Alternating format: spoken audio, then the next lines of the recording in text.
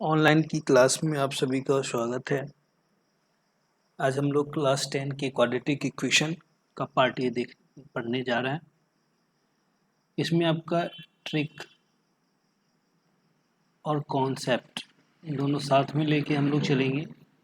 जब आपको मालूम है कि 50 नंबर का आपका ऑब्जेक्टिव भी होता है ना, जिससे ट्रिक से अगर आप उस ऑब्जेक्टिव को बनाएंगे तो बहुत ही ईजी से बनेगा और आगे कंपटीशन में भी आपको ट्रिक का काफ़ी यूज होना है बेसिकली। लेकिन अभी हम लोग कॉन्सेप्ट पे ध्यान रखेंगे, ठीक है। तो एकदम बिल्कुल स्टार्टिंग से शुरू करते हैं और धीरे धीरे करके हम लोग पार्ट वाइज पूरे क्वाड्रेटिक इक्वेशन को अच्छी तरीके से कॉन्सेप्ट और ट्रिक के साथ हम लोग समझेंगे, ठीक है। तो चलिए शुरू करते हैं क्वाड्रेटिक इक्वेशन। जैसा कि आपको मालूम है कि क्वाड्रेटिक इक्वेशन का जो सामान्य फार्मूला होता है, जनरल फॉर्म सामान्य ax square bx plus C equal to 0, ये क्वाड्रेटिक इक्वेशन का जनरल फॉर्म है ना। इसी बेस पे जिसमें आप कह सकते हो कि जो हमारा ये a है, ये जो हमारा b है और ये जो हमारा c है, ये तीनों का तीनों कांस्टेंट वैल्यू है। कांस्टेंट वैल्यू का मतलब हुआ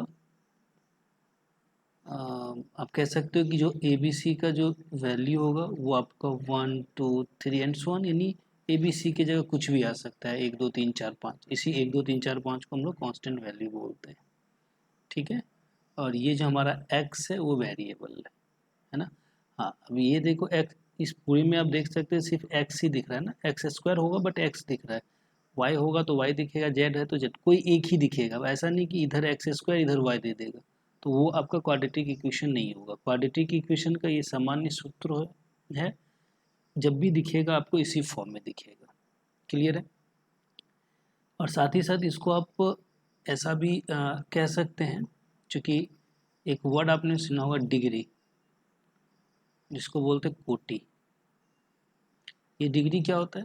तो किसी भी इक्वेशन समीकरण का जो मैक्सिमम पावर होता है, सबसे बड़ा जो घात होता है, उसी को डिग्री कहते हैं। अगर हम यहाँ पे देखें तो यहाँ एक्स स्क्वायर है, यहाँ एक्स पे पावर 1 है, नहीं कुछ होता है तो 1 होता है।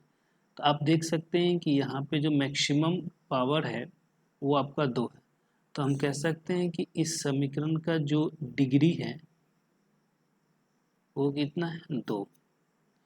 तो आप ये भी आप कह सकते हैं कि जिस समीकरण का डिग्री 2 है, जिस समीकरण का डिग्री 2 है उसे द्विघातीय समीकरण कहते हैं। क्लियर है। जिस समीकरण का डिग्री 2 है उसे द्विघातीय समीकरण कहते हैं। तो अब आप ये कह सकते हैं कि वैसा इक्वेशन जिसमें मैक्सिमम डिग्री 2 दिख गया तो वो क्वाड्रेटिक इक्वेशन हो जाएगा। जैसे 2x square plus 3x plus 4 equal to 0। बोलिए ये क्वाड्रेटिक इक्वेशन है कि नहीं? बिल्कुल है, क्योंकि बाकी अब आपको देखना नहीं है, बस डिग्री 2 देखना है, क्योंकि डिग्री 2 वाले को ही द्विघाती समीकरण कहते हैं। तो यहाँ डिग्री 2 है। अगर हम यहाँ पे लिखते हैं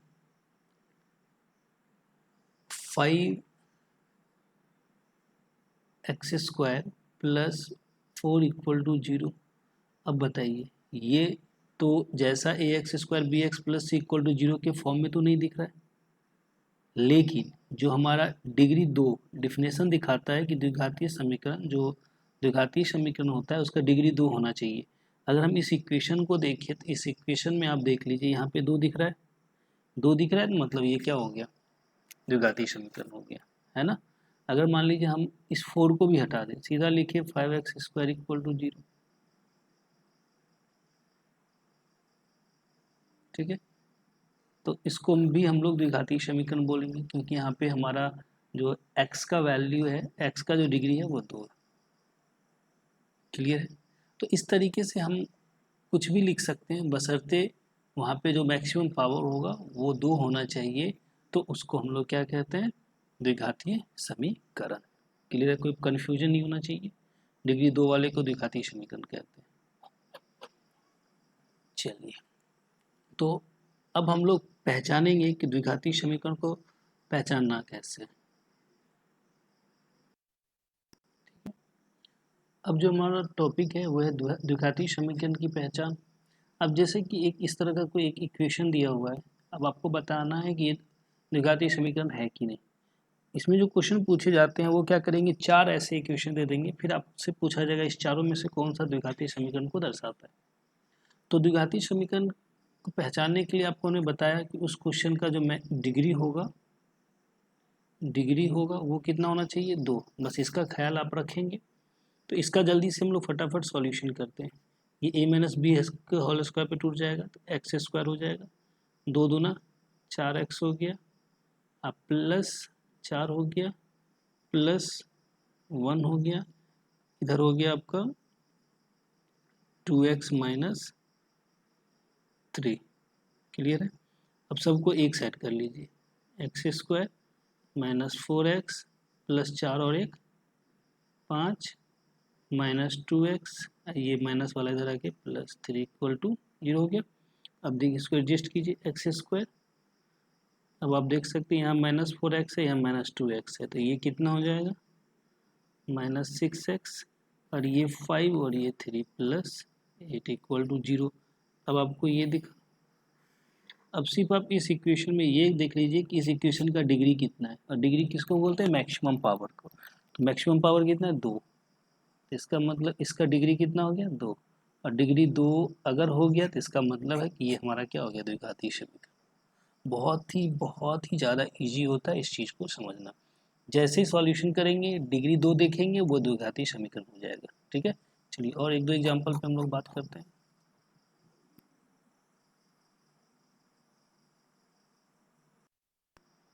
चलिए, तो अब हम लोग इसका पता करते हैं कि ये द्विघाती समीकरण है कि नहीं। तो जल्दी से इसका फटाफट सॉल्यूशन करते हैं। एक्स को ऐसे करेंगे एक्स स्क्वायर, एक्स को 1 से करेंगे एक्स, ये प्लस 8 हो गया, और ये a plus B A minus B, तो आपको फार्मूला याद होना चाहिए, a plus B A minus B equal to क्या होता है, A square minus B square. A हो गया एक्स स्क्वायर, बी हो गया 2 का स्क्वायर 4। सबको आप एक साइड ले आइए, x square plus x plus 8 minus x square, ये एक्स स्क्वायर उधर जाके माइनस में होगा क्योंकि इधर प्लस में है, माइनस 4 उधर जाके प्लस 4 इक्वल टू 0। अब एक्स स्क्वायर कट गया, तो फाइनली क्या मिला, x प्लस 8 4 12 इक्वल टू 0। अब अगर हम इसका अब डिग्री देखें, तो इसका डिग्री आप देखें कितना है, 1।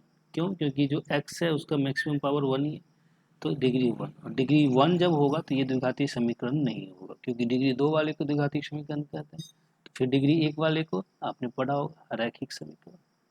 तो डिग्री 1 वाले को रैखिक समीकरण कहते हैं, डिग्री 2 वाले को द्विघाती समीकरण कहते हैं, डिग्री 3 वाले को त्रिघाती समीकरण कहते हैं। क्लियर है, बहुत इजी से समझ में आ जाएगा। चलिए नेक्स्ट एग्जांपल देखते हैं हम लोग।